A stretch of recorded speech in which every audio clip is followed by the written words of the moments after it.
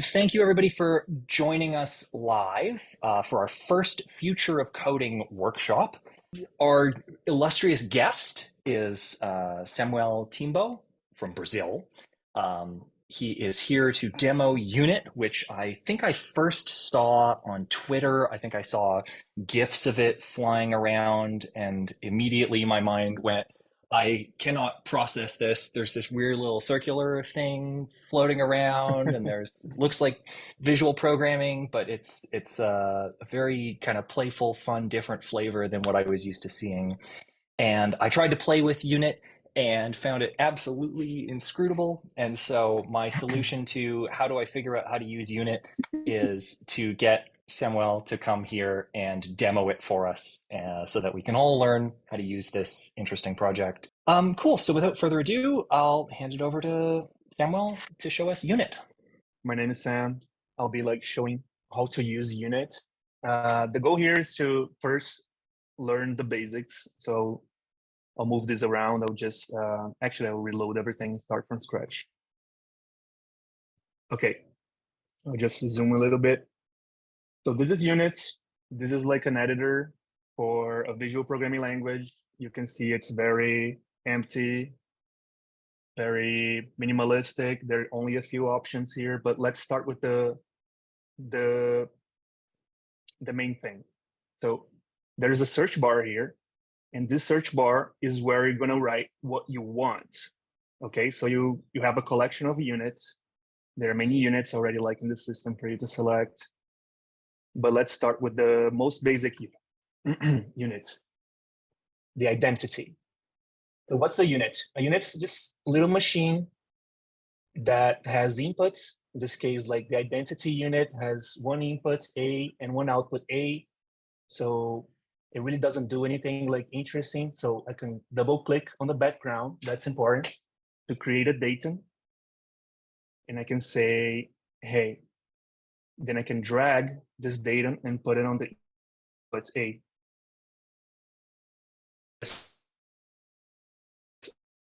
And then from here, I can already I can remove the output. If I remove the output, it will consume the inputs. If I put the inputs again, if I remove the inputs, it will consume the outputs. So this is important. So let's go to another unit. Let's try something a little more complicated, addition.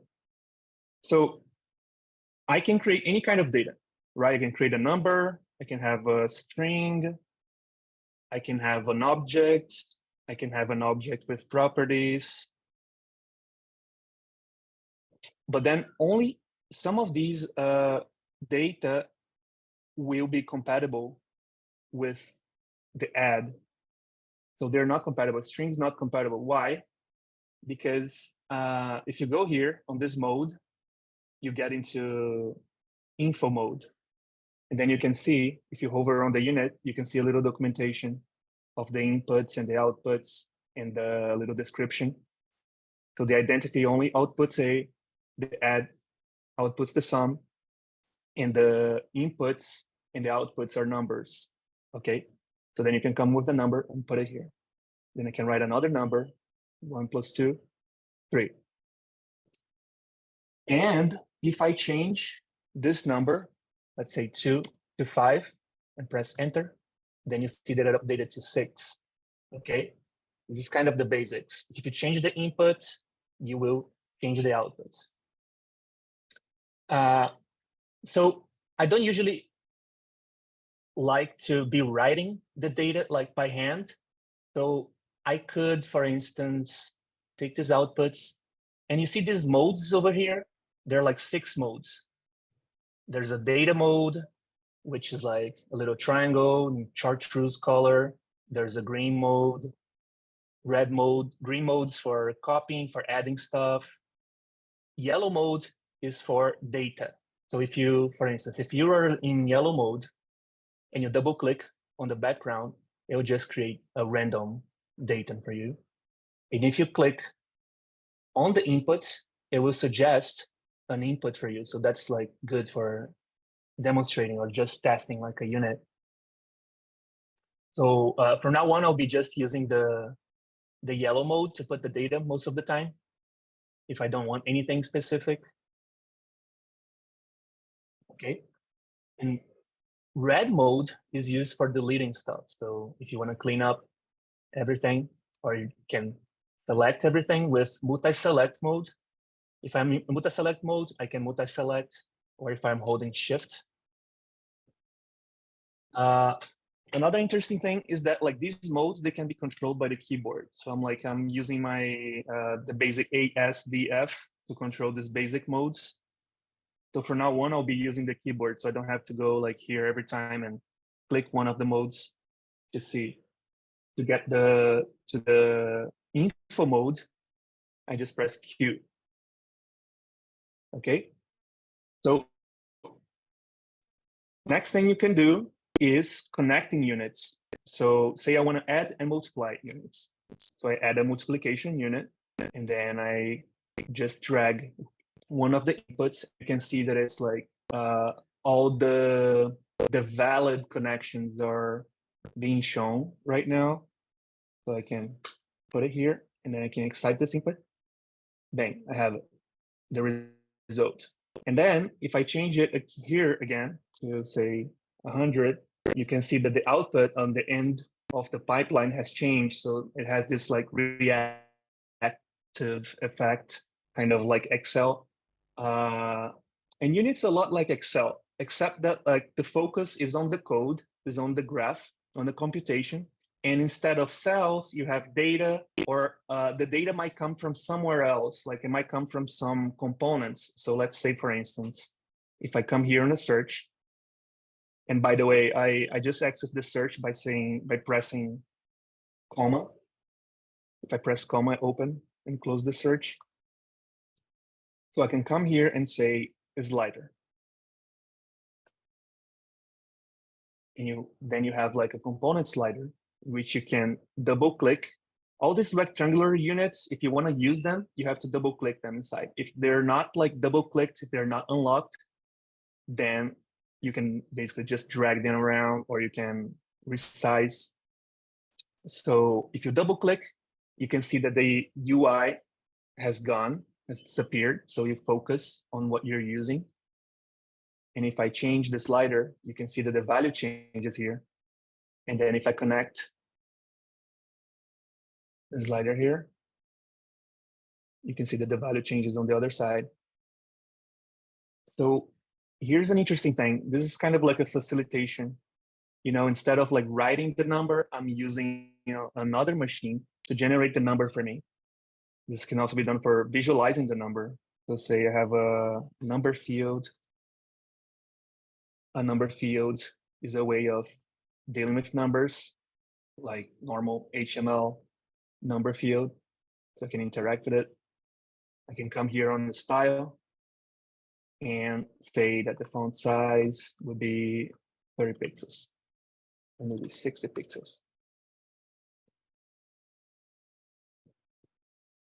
Oh, another important thing that when people are like programming unit is that since, let's see, when I remove this output, it consumes all the inputs.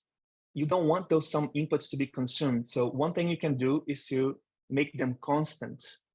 And to make them constant, which is this dashed input, I go to change mode, and I click on the thing I want to change. So there are only a few options. If you click, you're going to change toggle between constant or not constant. So generally, when you want to save something, when you don't want something consumed, then you make it constant. So I'll make this one constant too. And now, if I remove this, it will only consume the things that are not constant. I could even make this one constant, and then next time I consume, it will keep producing forever, because now every time everything is consumed, they're repurposed. So now I've created a little infinite generation machine. And this is interesting because, if you just get like an identity and make this one constant and say 1, now you have this little machine that generates ones forever. And sometimes this is useful. There's a unit called 1, or maybe constant one, and the constant one does exactly that. Okay, so that's the very basics of unit, right? You add the units that you want, you connect them together, make some things constant, delete what you don't want, and connect.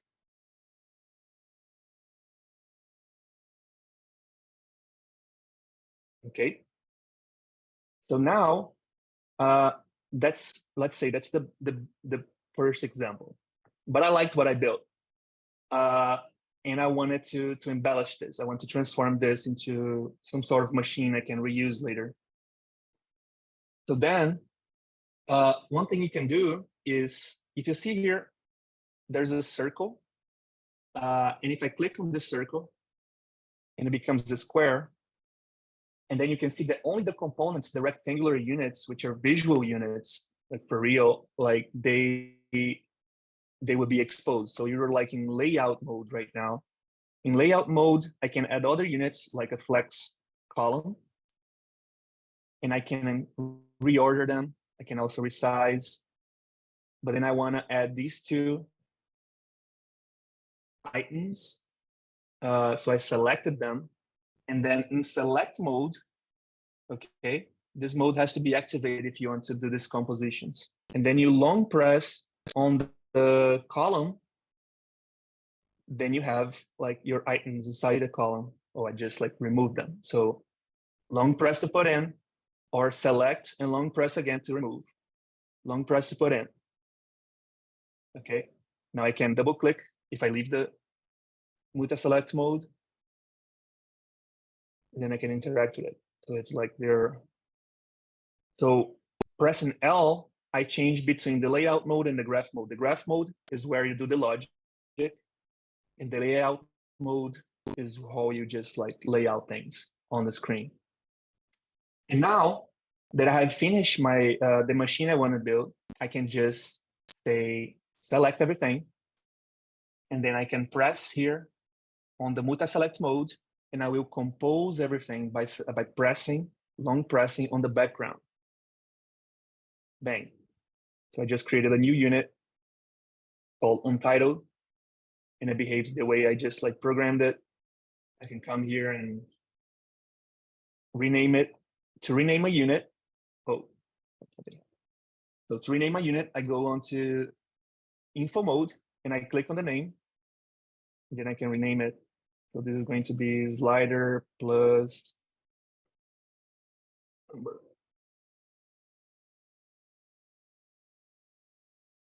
And now, how do I get inside this unit? I just have to long press it and then release. Then I'm inside. Long press on the background. Oops, I got a little bug here. Then you leave it. Okay, so that's the very basics. I think like now we can like do a little stop and maybe ask some questions. I don't know. It's That's great. This is so helpful for me, having bashed my head against Unit a couple of times to see what these actual workflows are. Could you really quickly tell us what the keyboard shortcuts for the different modes are, or is that what that keyboard icon in the top left does? yeah, no. So the modes, they are activated, like the most important modes, the ones that modify the code are these four here. Okay. Mhm. So these can be controlled with ASDF on the keyboard right now. So if you press Mhm. A, you get to this chartreuse data mode, then S for add, then D for deletion, then this F is like change. Okay. Let's put it the basics. Cool. And then the one other question I had right away, which is probably the number one question I see people ask when they first see Unit, is the little orb, the little like omniscient science fictiony, guilty spark orb that's floating around. Does it have a name, and does it have any specific purpose, or is it merely decorative, or what do you call that thing, and what do you think about it? That's not a basic question, but yeah, that's the that's the bot. Um, well, like the bot is optional, you know, like it is a unit right now. If you write bot on the search, you can see the bot again.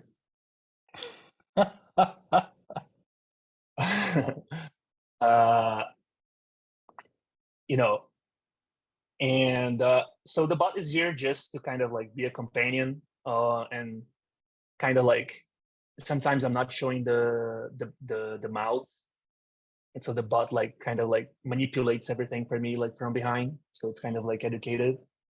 But you're not obligated to have the bot, you know, it's just like the default experience. Okay, so let's do like a more a common example. Okay, so let's do the counter thing. I want like a number field. All right, and every time I click on this field, I want it to increment. Okay, so first you need like to be able to get this value from inside. Then you come here and say get. There's a get function. There are two gets here. I'll put the two of them. You see that this get one has like a special input, which is kind of like linear. These guys can only usually connect with other units. So this get is like a method calling. I'll remove this one. So if I get the value of this input, then I'll get 0. Okay.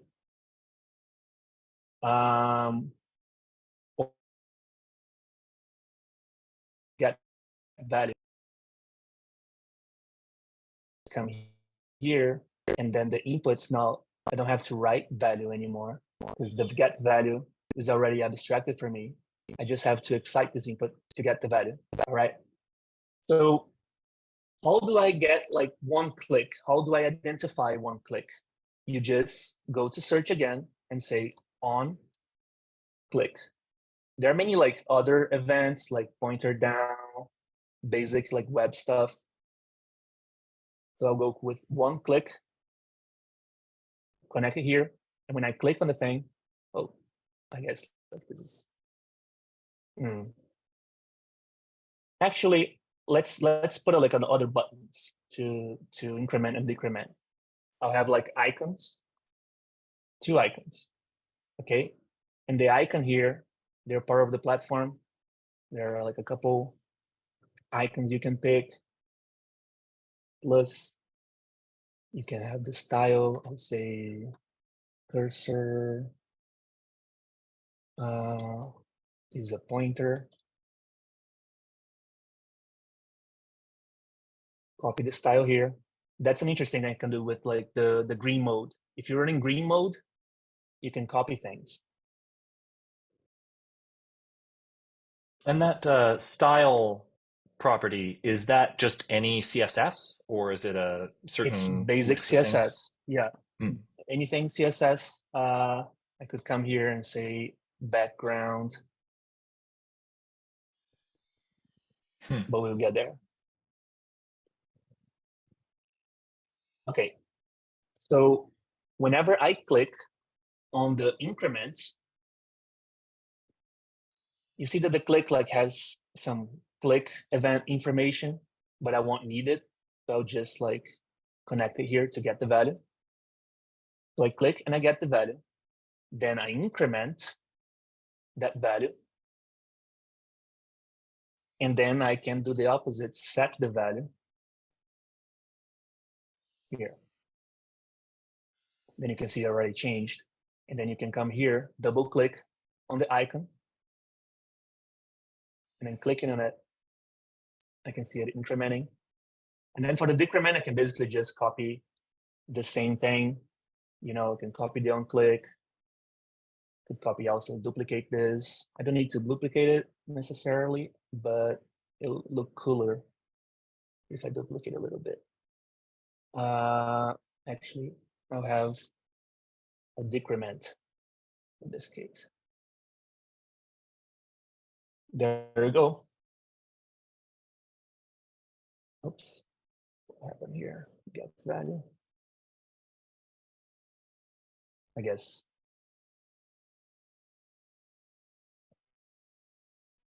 Didn't work.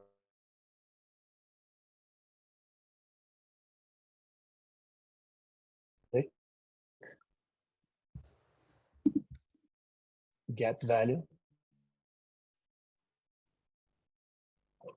Something weird went up, but you guys get the point.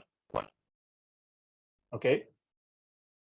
So in the end, I could save that unit. I didn't show you how to save it yet, but we have it here. I made this counter field.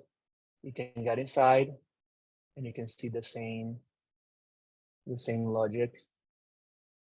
Yeah, not sure what my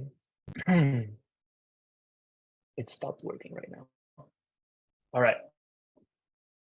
So that's like for the counter. Any questions, Ivan? I mean, this is very cool to see. There were some, I don't know if anybody else on the call is getting this or if it's just me, but there was some internet hiccups there for a second. I see, yeah, some other folks saw that as well. Mostly audio. Oh, okay, yeah. So yeah, if that's not just me seeing that, I'll flag you down, Sam, if that happens again. Yeah, if anybody in the call here wants to take this opportunity to ask questions, we could probably do one or two right now, and then move on to the next demo. I have a question. Would it be possible to show us like that incrementer or something like that with layout mode again, like with like the buttons next to the counter? Okay.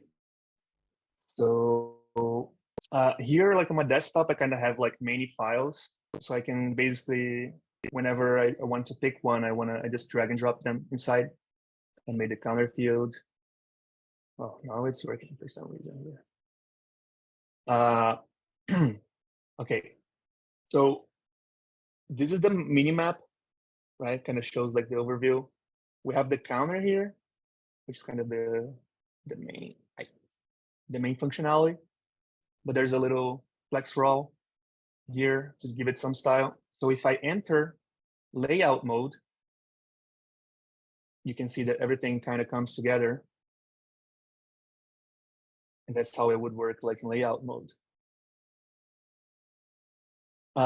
Another like powerful thing is this button right here, which is called transcend, but like it's used for if you select things or if you don't select things, if you click on it, things will go like kind of full window. You kind of see the resulting website of that graph. Obviously, like not all units have like visuals, not all units have components, not all units are like visual websites, but they are all websites. You can visualize them by clicking on this button. Okay, and you see how it works.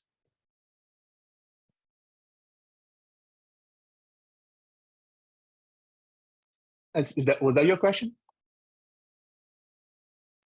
Yep, that's awesome. Thanks for the added context. So you can get inside this route and reorganize things.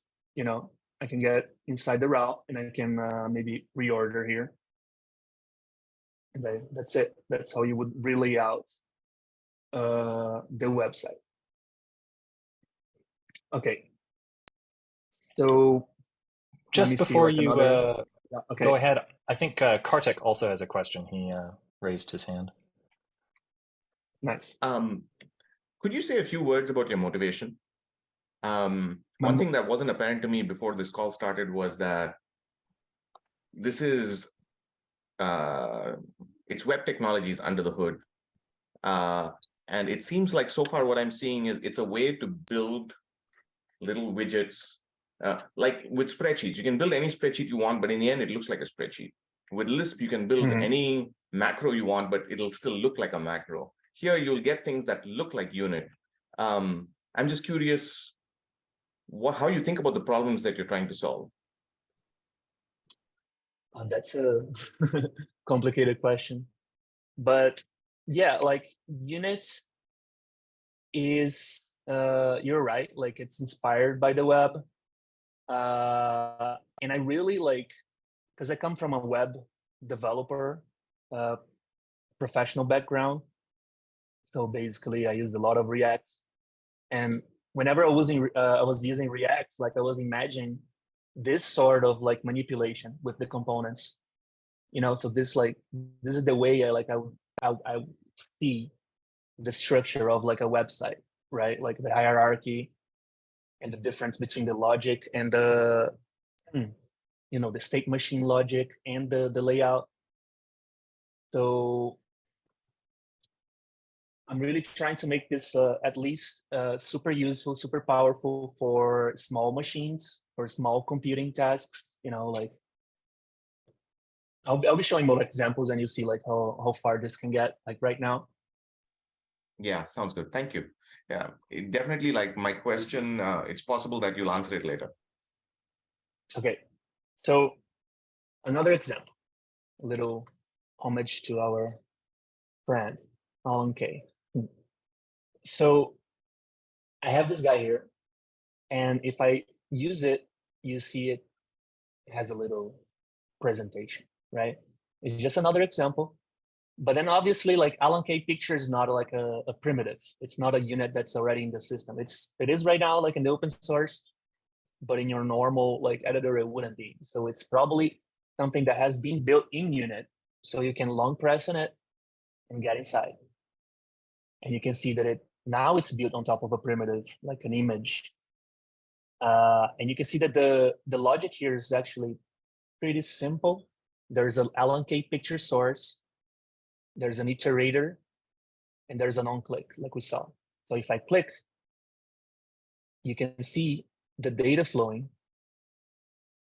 and changing the URL.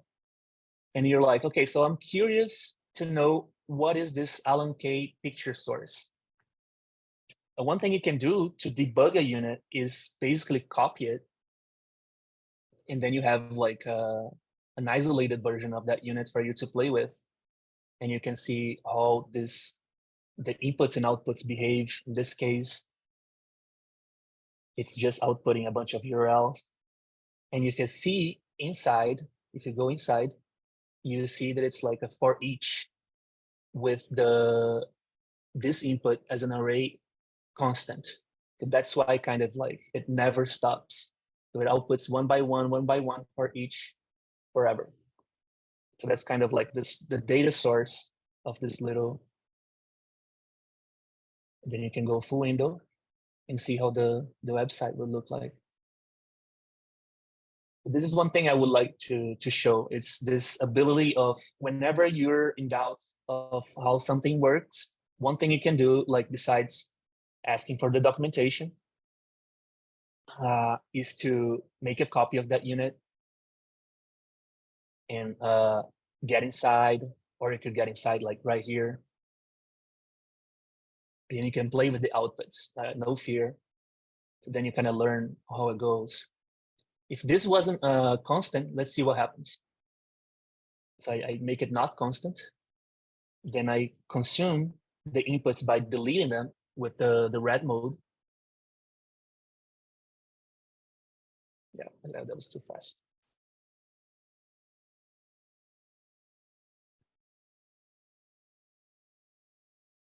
See, so it was consumed.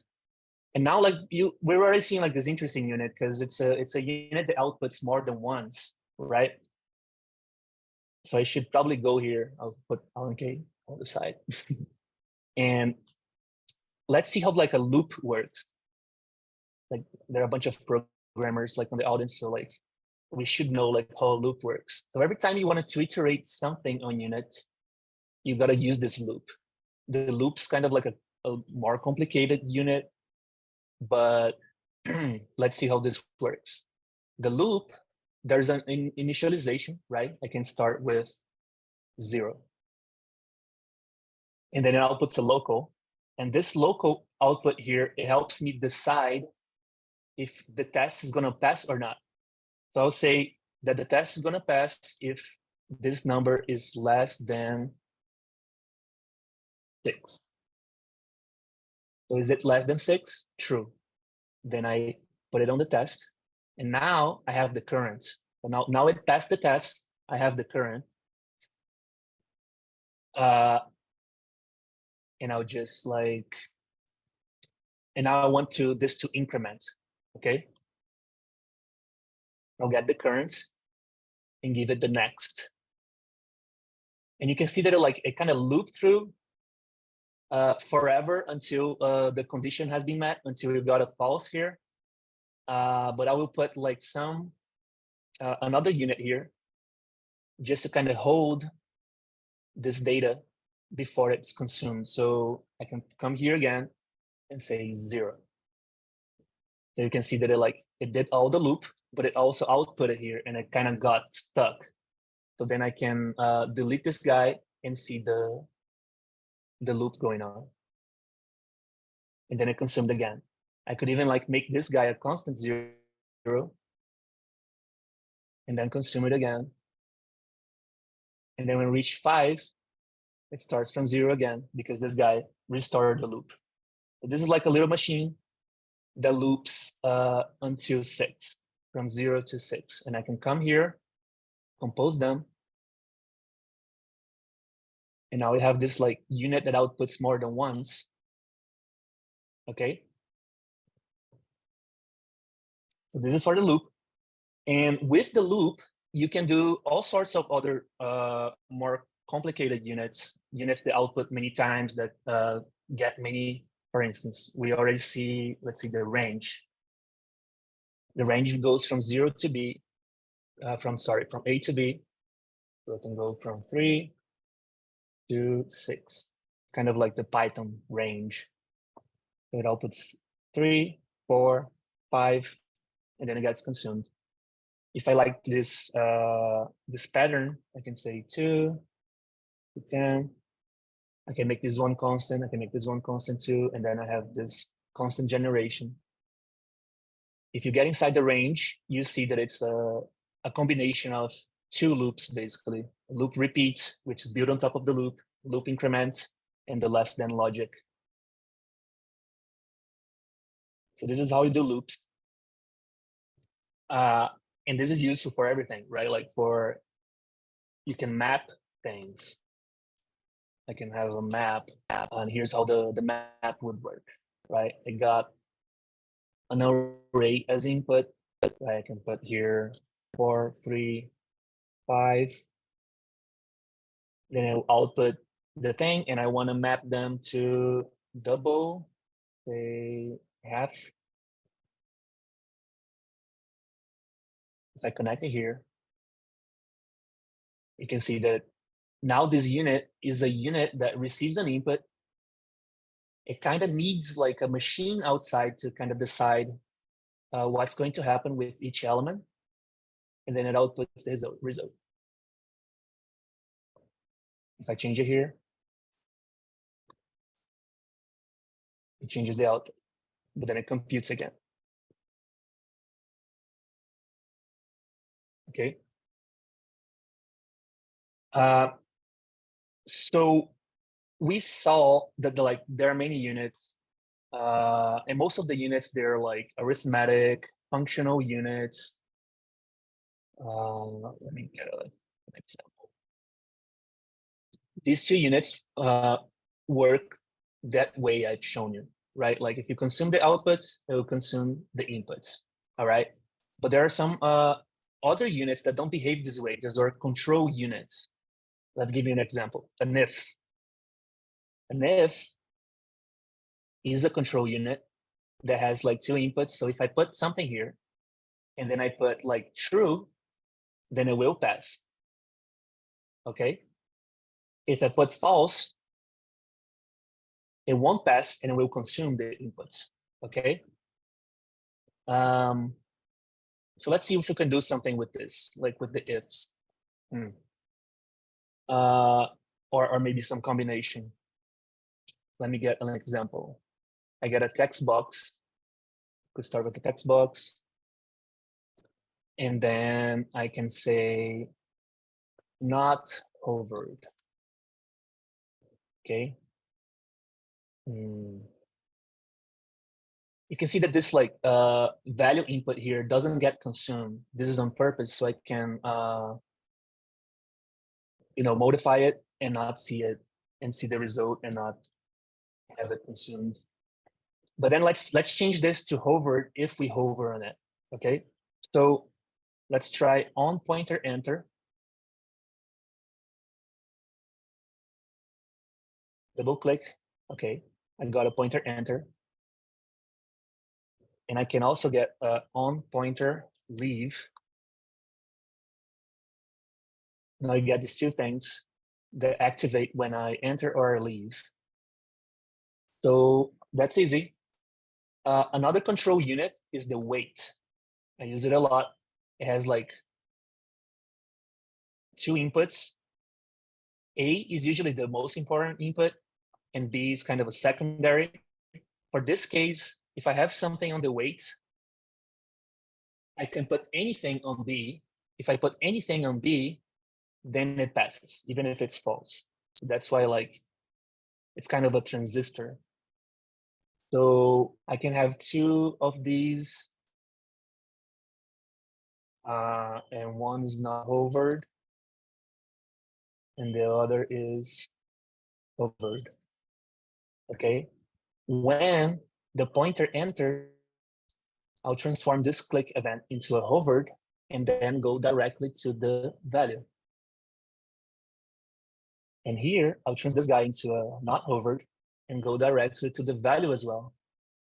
And you see that like when you have like a merge like this,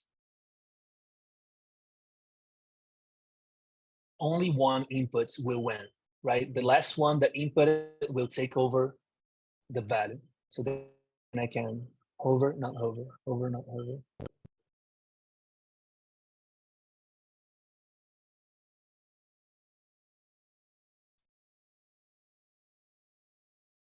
It's always hovered, not hovered.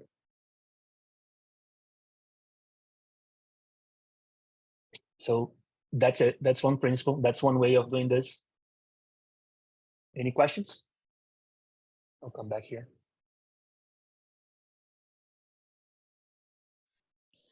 I think Kartik had a question first, and then Lou Wilson has a question. I changed my mind in between, so happy to let Lou go first. Great. Oh, thank you. This Yeah. is so cool. This is so cool. I have so many questions, but I will just ask one. Like I think with this example, I've started to notice a lot more of like how things move really fluidly and everything feels quite weighted. Like when you were yanking around those like pointer events, everything came around with it. And I'm just curious to hear a little bit about the process of making that. Like, did you just get it right first time, or did that take a lot of thinking? Like, yeah. Well, I'm okay. hear more about that. Yeah, that's a good question, because like units really like like for the whole simplicity and fluidity of like the interface, like the actual backside of it is very complicated. It's very big. That there are like files of like 60,000 lines of TypeScript. And for instance, like this this simulation behavior, this physical behavior was hard to kind of get it right from the start. It wasn't there. When I started Unit, like it was supposed to be just like another JavaScript library. Something like on the lines of trying to replicate functional reactive programming, like in JavaScript, something like that. But then I found out this way of visualizing. I found out about visual programming, found out about like functional reactive programming. and then had this idea of, okay, so if you let the physics simulation take care of organizing the nodes, there's a chance that the final stable state of the simulation will be like kind of like aesthetical, and that's kind of like what happened, you know. So basically, let's see the famous merge sort unit. If you get inside the merge sort unit, you could like try to mess it up, and you see all the physics kind of always aligns the unit into something that's kind of aesthetically pleasing. That's what, like, I mean, that's just like one challenge, like in this interface. Obviously, like moving away from like traditional web design layouts, for instance, like units UI is like command and control. That's the best term I found, like for this sort of like inspiration. It's a command and control interface, like they use in the military. But yeah, like, I don't know, maybe the answer to your question is yes. Like there are lots of like hidden challenges like to create the UI. And the inspiration came from everywhere. It's hard to pinpoint exactly. I don't know. Yeah, awesome. Thanks. Yeah, I think it's really paid off, all of the work. Thanks. Cool. Okay. So what could I show I think to you Kartik guys next? Can I just ask a question? came back with a question. Totally. Yeah. Yeah, there's a lot to digest here. I had a question that I thought was answered. It seems like I don't quite understand the pumping mechanic yet of when you decide that inputs turn into outputs. One thing that seems to me to be true is if you get an input anywhere and you have all inputs available, then you get an output. It's not clear to me when you consume the input. Sometimes the dashed lines force something to stay and not be consumed. But I think from the conditional example, it sounds like each unit has its own rules as well. It has its own ability to decide when it consumes inputs. So yeah, that's what I was talking about, the difference between. So when you open the search and you look for like normal units, let's think about concat. This concat array unit is for concatenating arrays. So it has this F tag over it. Every unit that has this F is a functional unit. So it behaves like functionally. I guess that's not the best term, but that's where it comes from. So it will only work. That unit will only output if you give it the two inputs. Okay. If you take one input, you remove the output. If you have just one, it doesn't work.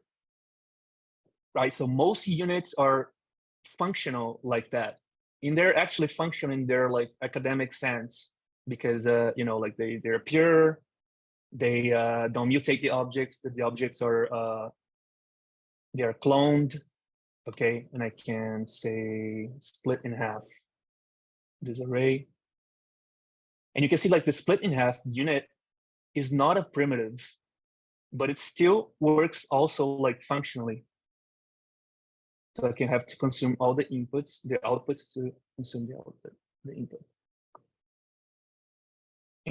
But then if you get inside the split in half unit, you see that it's only built on top of other functional units. So it in the end, it behaves like functionally as well. Okay. But there are other units which are primitives as well, which are control units. I'll give some examples. There is a lever unit. There is the weight units I've shown.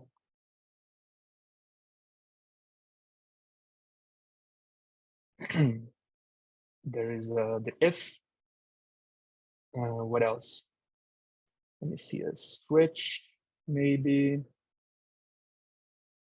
Okay, so, whoa, we got a little problem here. I just restart. A lever.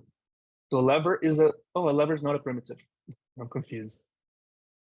What is the primitive? Let me try it. If else, if you see a if else, if it's true, it goes to else. If it's false, it goes to else. If it's true, it goes to if. That's like interesting for, you know, going different directions depending on a Boolean. And if you see the if else, you see it's basically just a combination of two control units, the if and the if not. Yeah, I don't have the list of like all the control units, but there are some. Yeah, I wasn't Yeah. expecting a full reference of the whole language. I'm just trying to Yeah, get yeah, an sorry. intuition for how many. So I see two kinds of arrows. The solid arrow seems to consume, and the dotted arrow seems to not consume. But with the primitive if control, A gets consumed, but B does not get consumed, or A gets consumed only when B is true, or something like that. I'm just wondering, Let's see. is the number of such patterns like 3 or is it 600? Say again. Say again. Okay, let me talk about the different arrows I've seen. I've seen solid arrows, I've seen dotted arrows, and then I've seen the callback arrows where you can just attach an event to a more complicated box, like a text box or something like that. Are there any other arrows like that that have like their own semantics? No. Yeah, so there are only these two types of errors, which one references, which you can only connect with other units normally, and the normal ones, which you can put like normal data, and both of them, I guess, can be like constant or not. Okay. So if the A of the if is constant and I give it a true, then it passes. Right. And then if I consume the output, you will see that Okay. only the true, the B, will be consumed. Oh, I see. Yeah, in fact, like this one input was consumed as well, but then there was like kind of like immediately replaced by another, and then kind of reinitiating. Like if B was say constant true, then the if wouldn't work. It would just like, but then So now I'm imagining the dots as streams. The solid arrows are single values and the dotted arrows are streams of values. Yeah, you can see it like that, a stream of the same value, right? But you could say kind of, you know, if you go for random, right? A random unit is a primitive. And if you excite, it gives you a random, and it can excite it multiple times, give different random. So if I make this one constant, then it will produce infinitely, because it only has this one input, right? So it when I pull this, it consumes, and then it comes here, sees that it's constant, and then like outputs again, and then restarts the. And then I can say use this property to iterate on something. Say I want to build an array. There's a unit called an array builder, which is kind of there's its own logic inside. But then I give it like a number of elements that I want. Let's say I want 4 elements. And then I can put anything on the inputs. You see that these inputs are being consumed right away. Yeah. So this is like this is a unit that's built on top of like primitives and control primitives simultaneously, so it can have this behavior. And then I can put more here, and then it outputs after I gave them the 4 elements. If I connect the random here, I'll create an array builder of random elements. So there you go. You have kind of like a stream of random arrays. So the stream itself, I would say it's the whole thing is streaming. And this guy is just kind of like a stop, you know. You get used to it. Thank you. I've got one really quick one just before we go back to demos, and that is, do you have any way to tell whether a unit is a primitive or a composite of other units? Good question. Visually, there's only one indication. There's only one indication, which is the size, but it's very subtle. Like this, you can see that the array, yeah. I mean, what like the final proof is, okay, can I get inside this unit? You know, can I long press on it? You see that this one doesn't animate, but if you try this one, you see that it kind of animates. Right. That means you can get inside. And then when you're inside one of those composite ones, there's an arrow pointing to an arrow pointing to the unit. Is that how you do inputs and outputs? Okay, so yeah, good. That's a good prompt. I'll start like another little class here. Cool. So, what's a famous, a very simple, okay, I'll just add two numbers and then split them in half. So it's the average, right? So I just created this unit and I tested it and it works. And now I want to create this unit, right? Like I want to create a unit that does this averaging. One way I can do, I've already shown you, is like, so let's select only the units that will go inside, right? So I left these inputs outside and this output outside. And then I can go to the long press again. Sorry, I can go to the multi-select mode again. And then I can long press in the background. Bang, I created a new unit.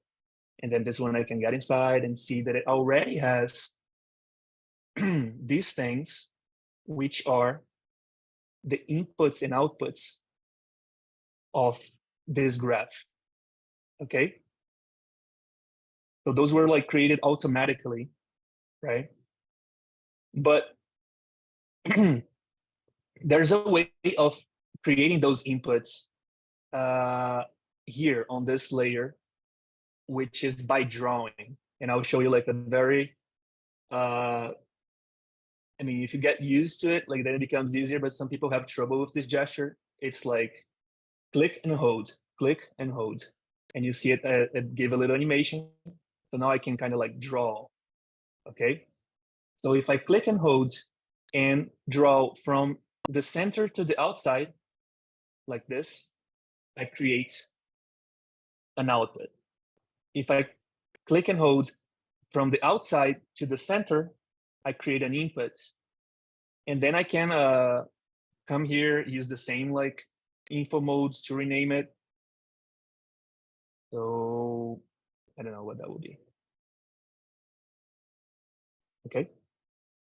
So unit has this like gesture system for creating basic things. Okay.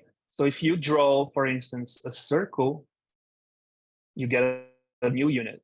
If you draw a square, you get a new unit, but this time it's kind of a component-ish unit. All right. And then if I want to add like an input to this unit here, I just created, I kind of like start the drawing. And from outside to the unit, then it's an input. From the unit to the outside, then it's an output. So you can see it's kind of like easy. And if you get inside the unit, you see that the inputs and outputs that you created are there, and then you can go on connecting, right? These plugs, I call them plugs, right? They're useful for other things as well. Like, I don't know if we just like build it up, that example from the loop again, very fast.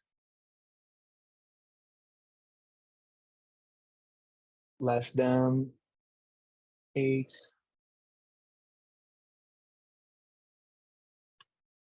Wait a second.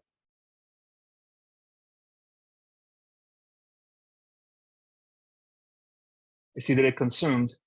I could draw an input or an output here on this merge from inside out, and then I add a little plug to it. And now if I do it, then it does that job of holding the data, so I can debug it.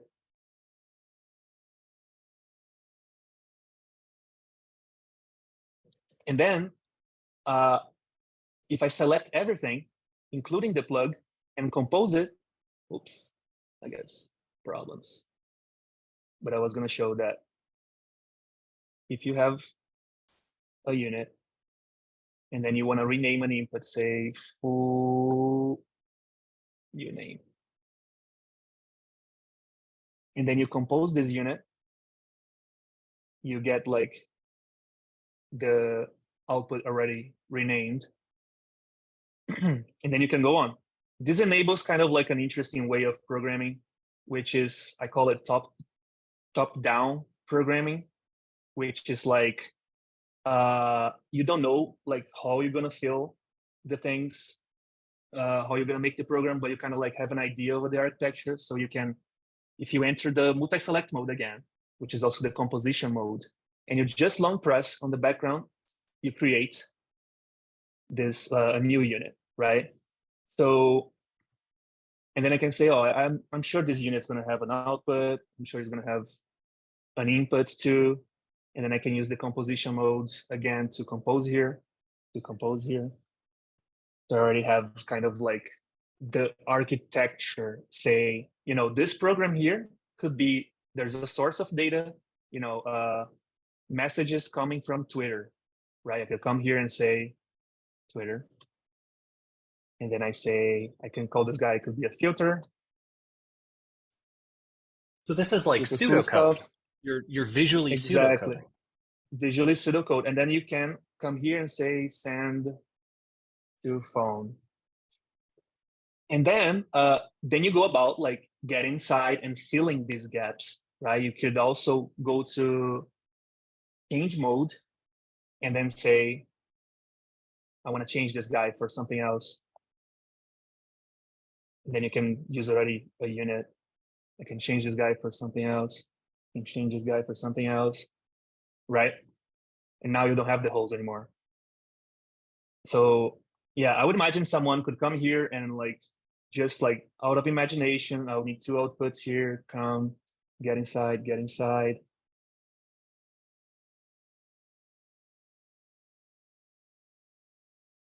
And then he can do, you can do the whole template of the program, or maybe like do the program partially, right? So I implemented this side, and now this guy is not implemented, but it's stuck there. And then I can tell, hey, someone come here and implement this. What do you think, Karthik? Oh, I love it. I'm not sure if you're asking something. No, yeah, I'm just yeah. So okay, so more on this. So say I started this unit, it's a new unit, and I want to share this to, no, actually I want to see inside and outside at the same time. The whole unit experience, you know, the whole app, the whole unit app is a unit. So, and it's in fact like the editor is a unit. So you can add an editor inside, and then you can double click on it, and then you can program inside this one editor. Okay. And then move it around. And then you see that the editor has a graph input here. And this graph, you can connect to any like valid graph. So I connect to this one, so now I can see it inside. If I excite here, then you see the inputs here. Okay, that's interesting. And that enables kind of like, say, let me see if I can do this.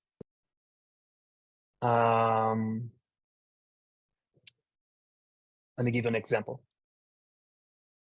So let's say you're making a website, right? I'll put some placeholder components here. There's this random color div, which is just a, then I go to layout mode. Then I want to put them inside a column and a row. I want this too, like inside the row. I want these guys inside the column. You can see the website. All right, so I'm in this layout mode now, and now I can't, access unless I leave the layout mode. I can play with the style inputs. Can put it here and say it's like just 200 pixels high. I don't know what's gonna go. Okay, so one interesting secret I have here is that like also this button, if you long press on it and release, I call this like a long click, you put everything inside an editor. So everything you had before is inside an editor. And now you can cast another editor and connect it to the graph inputs with the graph output. And now you started a kind of like a collaborative session with yourself. Okay. And I can say, keep this one in layout mode and this one in graph mode. And now you can like kind of play with the style.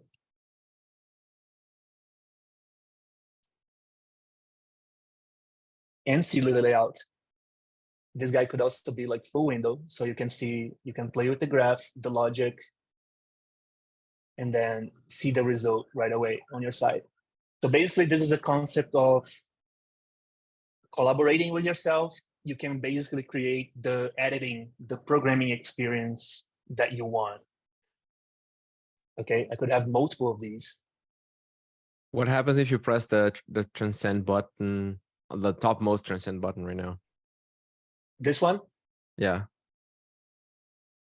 both will go full window. Mm. Oh, that's cool. Oh. Okay, yeah, like, so whenever you have like components here, just like to, if you select them, you only full window all of them. And since this like divs, they take 100%, you see like a list of things that take 100%. I kind of already shown that. Then if you put them inside here and select just this one, go full window, then you have all in a single place. CSS.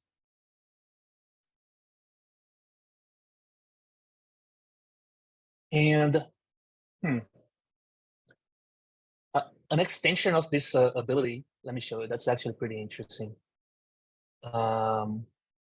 Let's say, let's see something like a canvas. Actually, let's see a chalkboard. I created this chalkboard unit.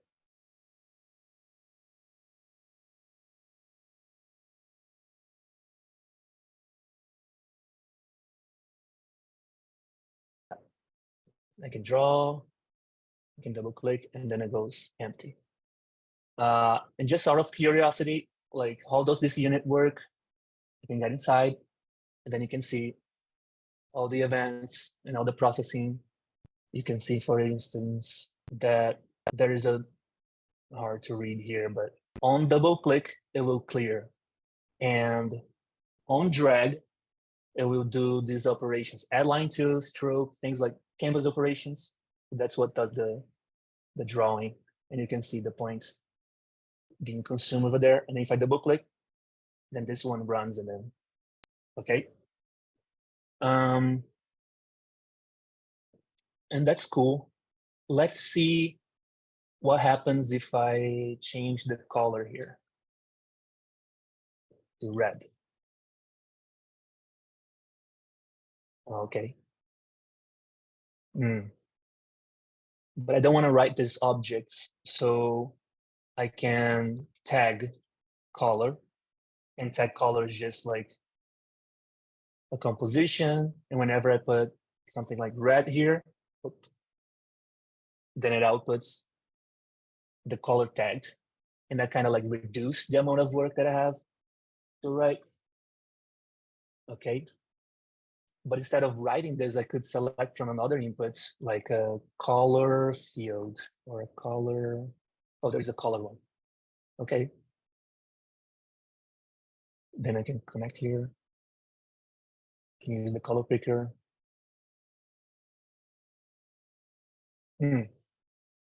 Interesting.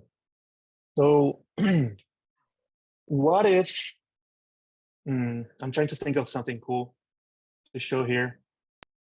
Can I ask a couple quick questions?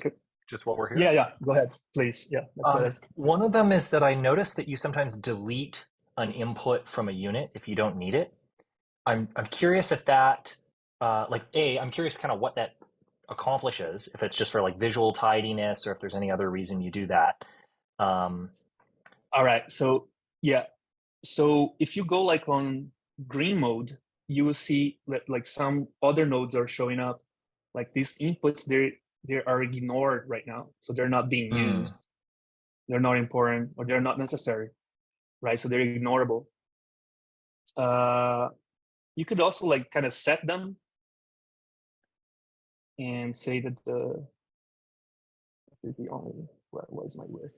It's 100. And then I can ignore them to just like take them out of the view. And they're still there and having a They're still function, there. they're just not visible. Yep. Yeah, sometimes I just want to focus on a single thing. Cool. The one other question I had, and then Elliot put their hand up for a question. Is there any way to see where the data for the strokes on the chalkboard is being stored? Where it's being stored? Yeah, like Okay, is there so, some way you can go in and like show like here's where that data is being, where that state lives? Okay, so the state for the canvas lives inside the canvas. That's basically it. Obviously, it could output as well. This is a good idea, actually. So it could output, and then you could like kind of combine canvases and make like some build up. But yeah, you could. The state is stored inside the components. It's kind of like this D attribute is the drawing itself. Obviously, like I'm kind of manipulating the state directly here. I'm mutating like directly on the components by calling this method draw D. But that's it. If you want to access this value, then you would do something like we did for the get value. Mm-hmm. Cool. You would have a get D, right? And just to kind of like finish up, one thing we can do based on that like early idea of sharing and collaboration is that, let's see if I can do this.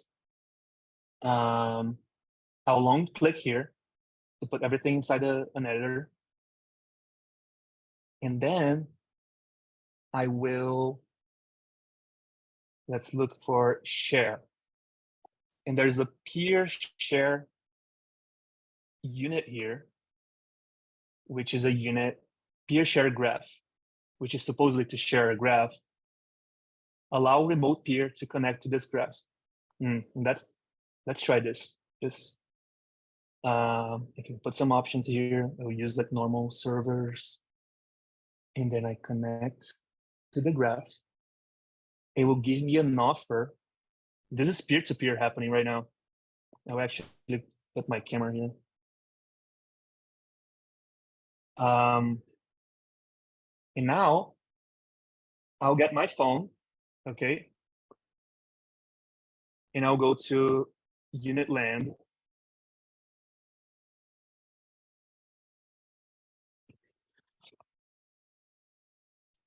And that's cool because like unit's very useful like on the phone, you know, like this minimalistic interface, and like I kind of like put a lot of work to make it work well like on the phone, so I can like, you know, do programming while like I'm not like sitting. But then I can copy this offer here, and I can paste on my phone using the global clipboard. You guys will see in a second. Come on. The internet's so...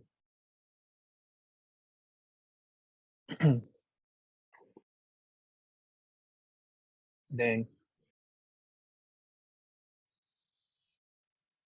The internet Yeah, I knows guess that this you've is... got people watching. Yeah, the internet. Yeah. It was gonna be cool. But the idea is that it would bring This up the worked before. same. Yeah.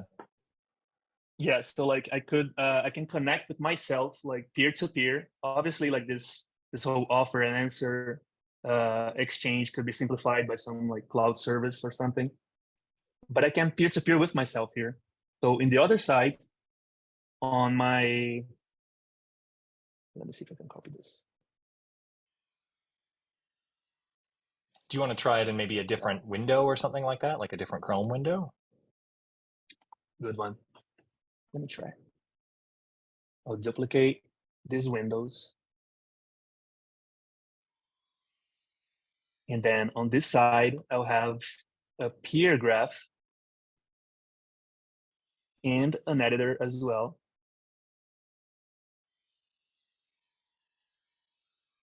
And then I can say, copy the offer. You see like that in blue mode, when I'm in blue mode, I can copy things. If I just click on them on green, they go to my clipboard. So if I go to this side and do a double click on also green mode, then you get the graph on the other side. So I have the offer, put up some options, I have the answer, give the answer back here. And that way of pasting There is we go. nice because it lets you pick where the paste is going to go. And now you Like can where see in the canvas. like the two, oops, I just wrote shit, no. Yeah. Yeah, but like here you can see that then I could like basically interact with myself peer to peer. Then I could use the use my phone to select the color and then use the computer to play with it.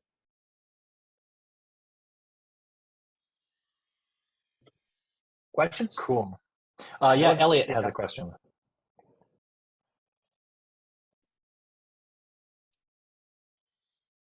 Part of my question was answered by that, but I guess my question is the peer-to-peer, can both peers edit the same graph? Yep. Yeah, it's much easier when you peer to peer with yourself. If you combine the two things, peer, graph. If you just straight up get the offer with the offer and the answer with the answer, obviously like in normal situations you would share them like I was trying to do, you know, like copy and paste manually, or but I can have the two editors.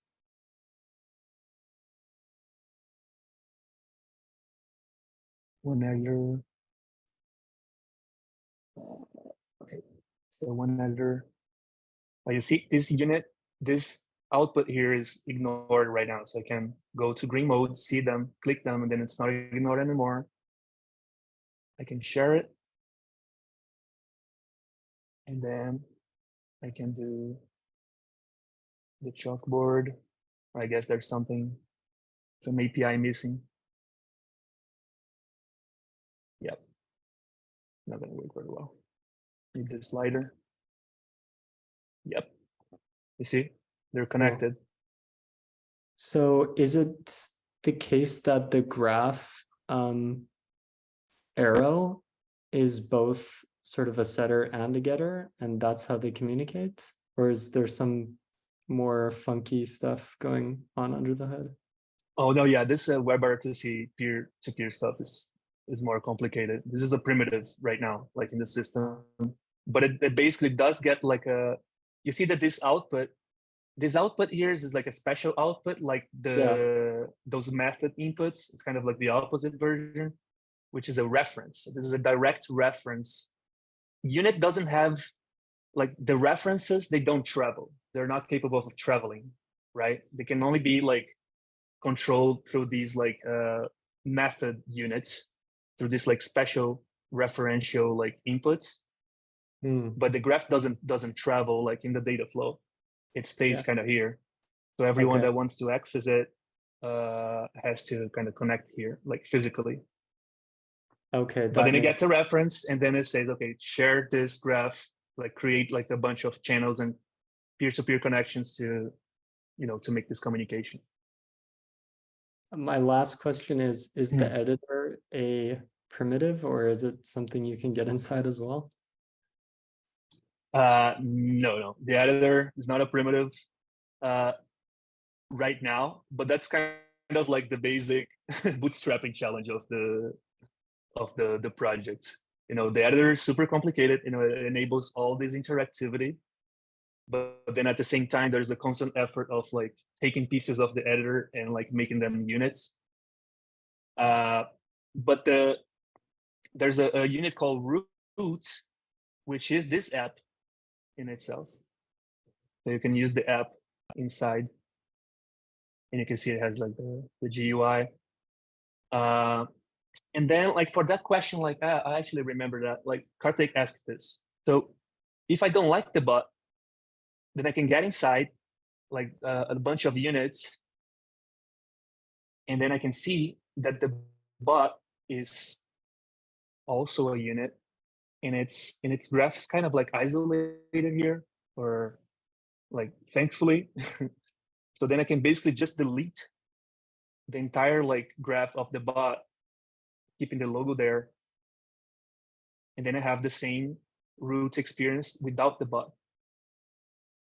Of course, like I mean, one way of using this could be, say, I just added this root unit, but it's not the root anymore. I could call it my editor, my unit editor. Oops. And then if I do Control S, or maybe click here, it will download this unit. We'll call my unit editor. And then later on, you could come back like to unit.land and then get this file that you saved, put it back there. Obviously, like later you'll be able to get the units that you created, and like kind of serve them as websites, and then you would have basically like the editing experience without the bot. So that's like one interesting aspect of unit. It's that like basically you can choose how like your experience is going to be, because you can always get inside and delete some things. Obviously, like some complicated stuff like the editor is still not done. But that's the base philosophy, right? Some people might like to have a sidebar, like there are some visual programming environments that like have the search on the side as a sidebar with a bunch of other units here. Then this is a sort of experience that you could create in Unit if you wanted. Very cool. We are well past an hour. We should probably do any last demos that you wanted to do, Samuel, or if anybody has burning questions, we should probably hit those and wrap up sometime in the next 15 minutes or so. So yeah, if you had more demos you wanted to show, let's crack into those, or if you're ready to turn it over to questions, we can just go straight Let's go to for that. the questions. Cool. Yeah, I I have was a kind of question. like, yeah, okay. Sorry. Yeah, is Cole, it, go ahead. is it possible for a unit to, do you have like a demo of a unit modifying the graph? Like, could I build a WYSIWYG of unit in unit? Whoa. Well, a unit modifying a graph, yes. Well, there are method programming units, you know, if you look for, say, add unit, there'll be one of those method units that receives a graph and it has a class and the ID you want to add. So if you connect it here and you put a class and you put the ID, then you can see that the unit has been added. You can keep doing that. Oops. And now that's kind of like revealed another thing that I gotta, talk about. But if you start from any unit, say even an identity, if you go on any of these modes and you long press on here the core like this, you can remove the unit ghost. Okay, so now you have kind of like the ghost and the body, and the ghost can return to the body, becomes the identity again. And the body is basically just a template, like a hole with inputs and outputs, but doesn't have anything inside.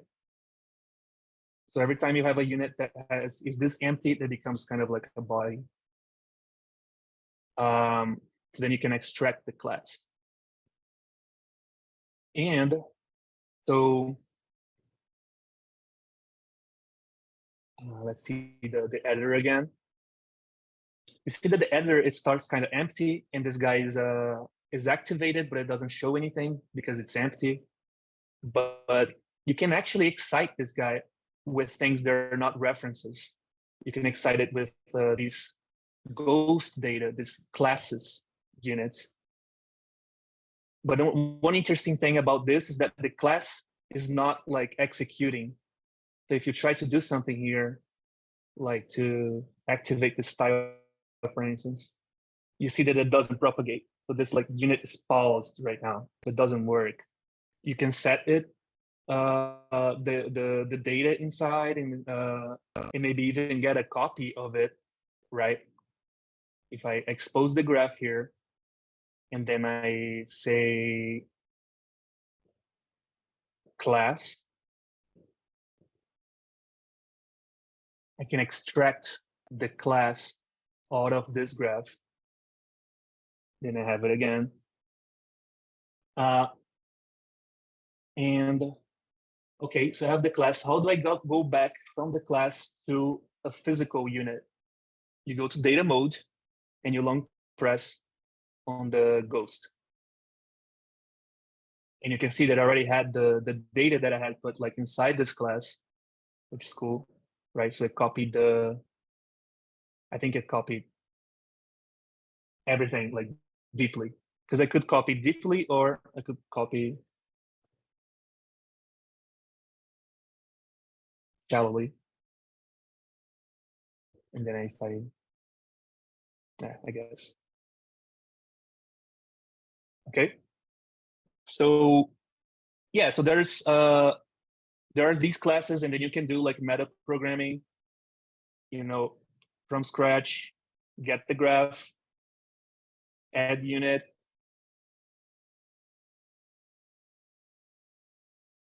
or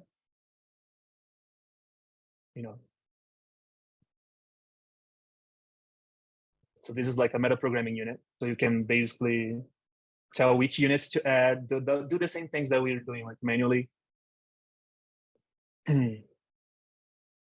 Yeah, I'm not sure if the meta programming is like what you're looking for, but that sounded related.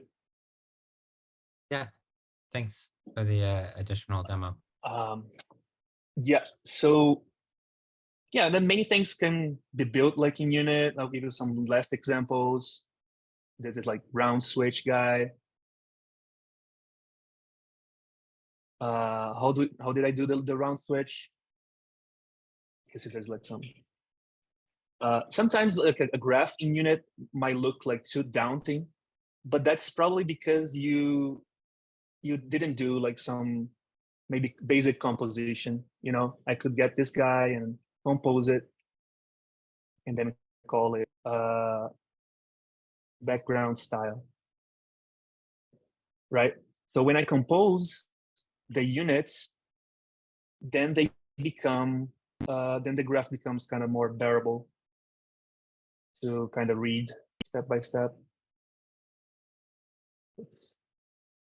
I was also going to show like this. Let me see if I can find it. I did a little to-do app. Let me see if I can come here, laundry. I can watch this video. Okay, so if you get inside, you can see that there's a machine here that does all the things. For instance, like this box here, it's the box where I write. And then you can see that, like, if you go inside, you see that there's some logic with an enter. Every time I press enter, it will. Oh, so here's the control unit, like for curiosity for Karthik. There's a control unit called plan, which doesn't behave it like a normal like functional unit. So it has only one input. If I put one here, then it outputs first on this output 0, then on this guy. So every time I want to do some sequence, you know, like sequence of steps, like something must happen before something else happens, right? I can say something like,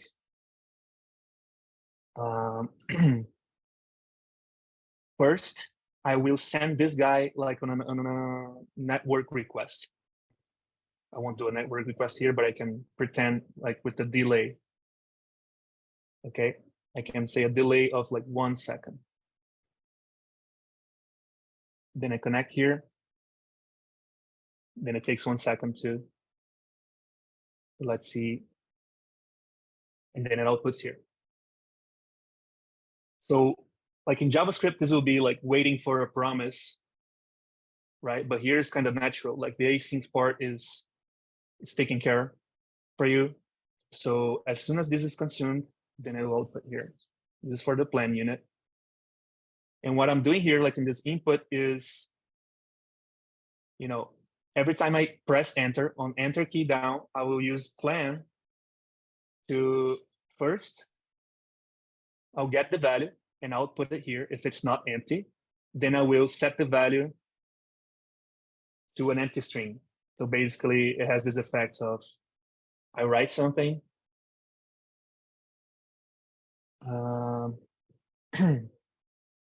What's the task? What do I have to do, Ivan? You have to feel fantastic because this demo is amazing. Thanks. So feel fantastic, and then it eventually appends the child to the. And this one example is, you saw that it already worked. You know, it already had some data when I put it in, because it's using internally. Let's see the get out to dos, for instance. The get out to dos will basically use the local storage. It will get something from the local storage and then parse that JSON, basically. So everything here is like using the local storage. So that's why I can have the persistence. And it's kind of like related to why like I call unit not just like a visual programming language, but a system, because you know the web was already a system to be used, but then it needed like some wrap up and sandboxing additional. But it is a system in the sense that you can like create your own, you know, you can build your own system. That's it. It's just the system for building other systems. And I guess I think that Jimmy has a finishes question. that finishes the demo. Let's go for the questions. Yeah, so this was really awesome. Like I've looked at Unit before, but I never knew all of this functionality existed here, right? Like there's so much here. And so I think on that, have you thought about doing maybe like a in-unit tutorial? Like this really seemed to like lend itself to like, I can imagine like a video game style tutorial of like, building the basic things, and then I get to the next level. Even things like just from this explaining the bot to me was an eye-opening, like, oh, this is the kind of system I'm in. Because up until that, I just didn't, I was like, okay, what is this circle? What am I supposed to do with it? But yeah, I'm just curious if you have any thoughts on like a tutorial or, that kind of thing. Yeah. So, yeah, obviously, like, I thought about a tutorial, but since I'm like Unit's only developer, basically, right now, I've been focusing like much more like on the functionality than on the documentation. So there are like you saw that there are a few like rough spots still like to finish. So I'm kind of like, I feel like the responsibility, like my responsibility is like, okay, I gotta keep the system like robust because people might be using it, and then I end up like not having time. But also, I want to build like the next website, like my websites with Unit, right? So it takes a while for a Unit to have like also the not only the functionality but also the APIs available for something to be possible to be like exposed, to be created, to some website to be created. So that's basically the paradox, like, oh, I want to create a Unit tutorial. Oh, but I want to do that in Unit. Oh, but I need the features and the APIs, and then like it never comes out. I understand that like Unit's been a mystery, like it's been public for in open source for the past 2 years, and the documentation is very raw, but it's still in beta.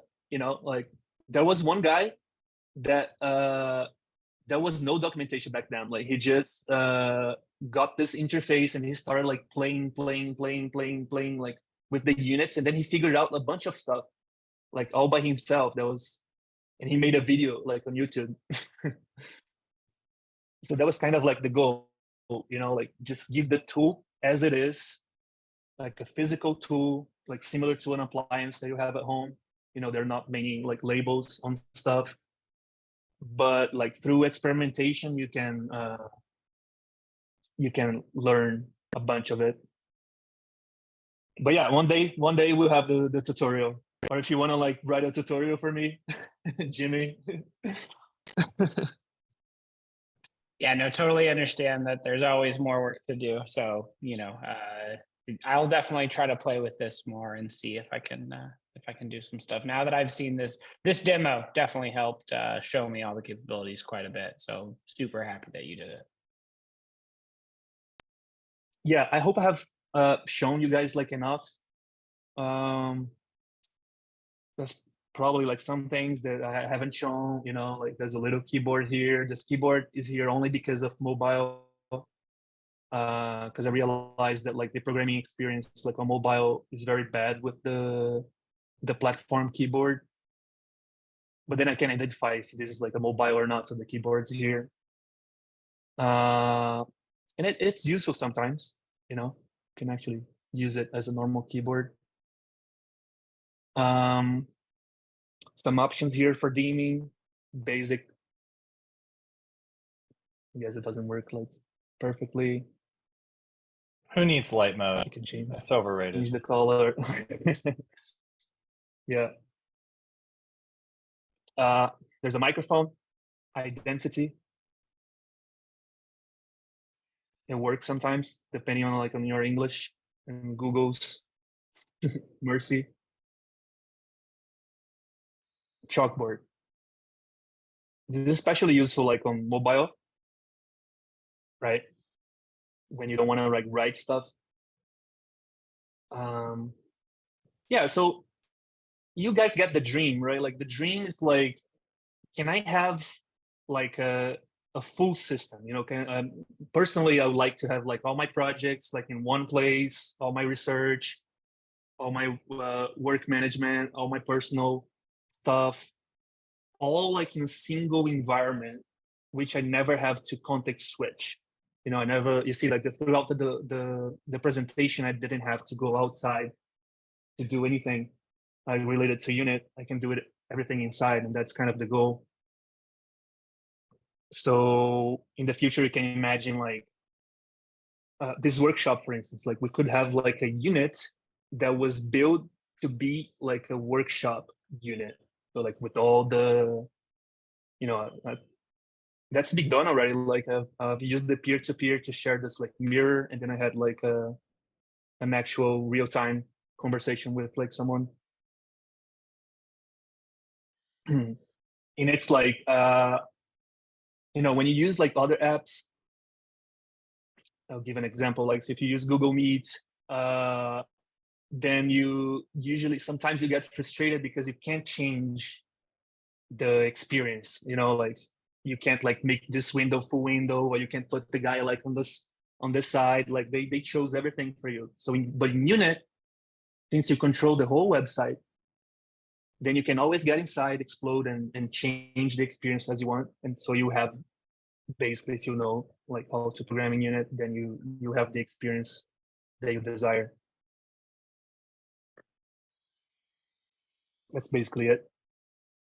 That's I think a very lovely point to wrap up on, knowing what the dream is and hearing your articulation of it and seeing all of these demos. I think a personal highlight for me was watching Lou Wilson's little video, repeatedly having their mind blown throughout the course of the demo, having like sparkles and steam flowing out. This was incredible. I didn't see that. Did you record that? Do we have that on record? Oh yes, that will be there. There'll be the Lou cam, the Lou reaction cam.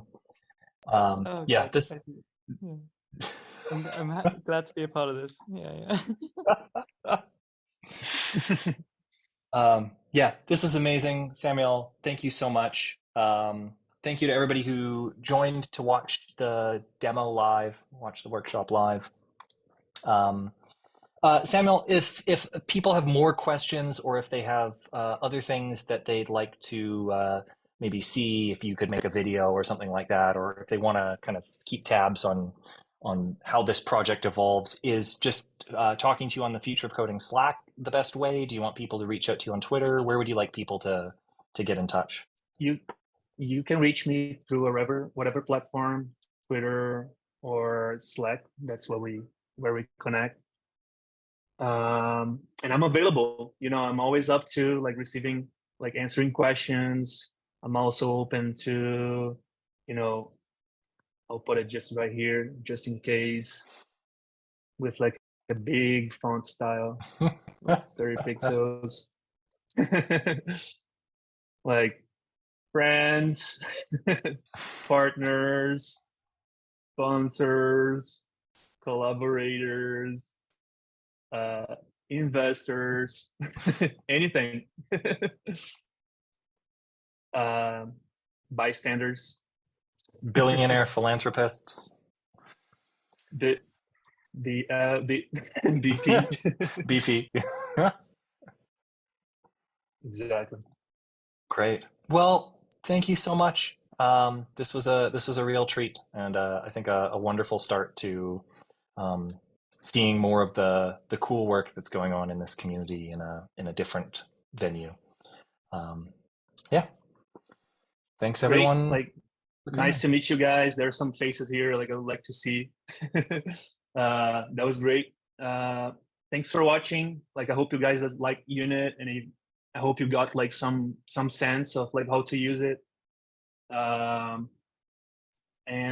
yeah, let me know what you build. If you build something, if it's simple, like send it to me. I can make my review.